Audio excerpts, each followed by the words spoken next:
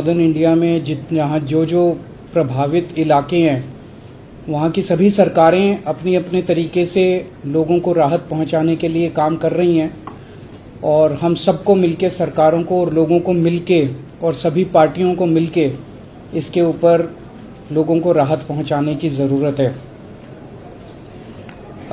मैं पिछले कुछ दिनों में दिल्ली में भी जो हालात बने हैं उसके ऊपर मैं अभी डिटेल में चर्चा करूंगा, लेकिन पिछले कुछ दिनों में जिस तरह से हमारे सभी ऑफिसर्स, एमएलएज, सभी पार्टियों के, मैं किसी एक पार्टी का नहीं, सभी एमएलए, सभी काउंसलर्स, सभी मेयर, मंत्री, सब जो जमीन पे उतर के लोगों की मदद कर रहे हैं, उन सब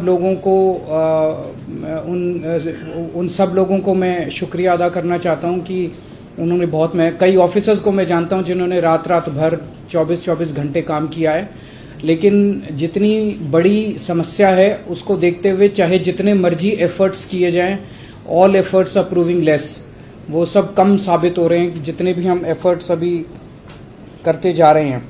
अब थोड़ा सा सिचुएशन के ऊपर मैं एक बैकग्राउंड बता देता हूं कि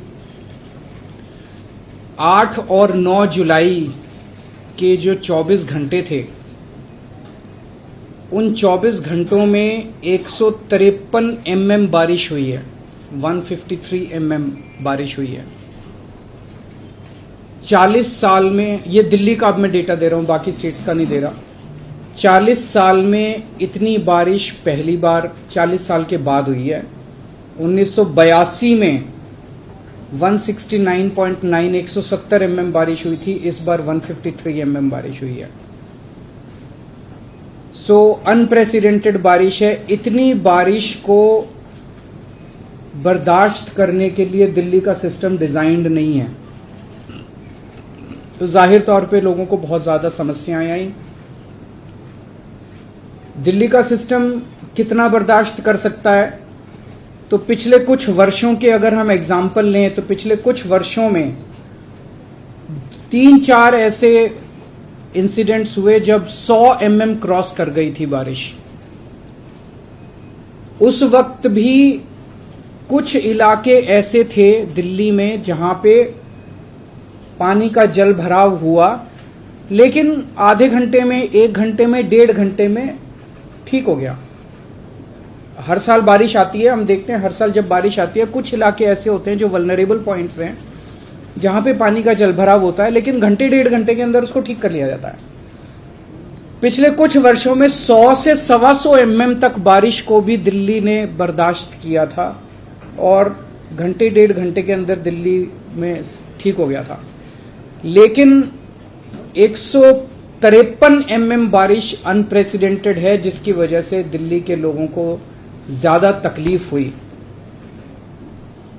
अब एक प्रश्न पूछा जा रहा है जिसका मैं, कि क्या दिल्ली में बाढ़ का खतरा है। इसको 2 फैक्टर्स से देखना पड़ता है। एक तो ये कि दिल्ली के अपने अंदर कितनी बारिश हो रही है, और दूसरा दिल्ली में बाढ़ का खतरा जो है वो केवल दिल्ली की अपनी बारिश पे कम डिपेंडेंट है।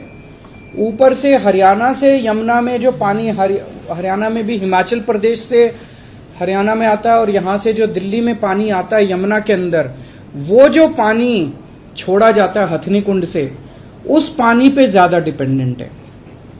इसके ऊपर मैं आपको थोड़ा सा डेटा बताना चाहूंगा कि 1978 में एक बार बाढ़ आई थी जब 7 लाख क्यूसेक पानी हथनी कुंड पे छोड़ा गया था, और 207.49 metre metre old railway bridge पे यमुना का स्तर हो गया था। ये 1978 में हुआ था, लेकिन उसके बाद हमने यमुना पे बंद बना दिए, कई सारे स्टेप्स उठाए गए। 2013 में 8 लाख क्यूसेक पानी छोड़ा गया, 207.32 mm तक यमुना पहुंची, मीटर तक यमुना का लेवल पहुंचा, लेकिन बाढ़ नहीं आई 2013 में।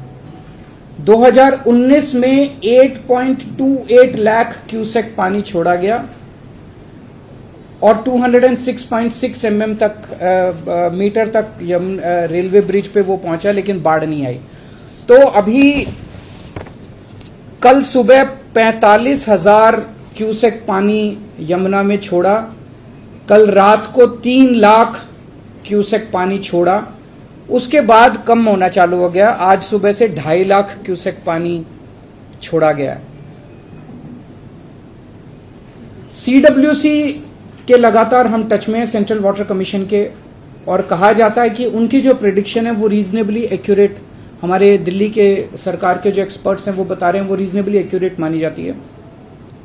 सीडब्ल्यूसी के हिसाब से अभी इस वक्त दिल्ली में 203.58 मीटर तक हमारा लेवल पहुंचा यमुना का। कल सुबह 205.5 मीटर तक पहुंचेगा। और जो वेदर की प्रेडिक्शंस अगले कुछ दिनों की हैं, उसके हिसाब से यमुना का स्तर बहुत ज्यादा बढ़ने की उम्मीद अभी फिलहाल नहीं है। तो फ्लड की सिचुएशन आएगी ऐसा लगता नहीं है, according to the predictions made by the experts.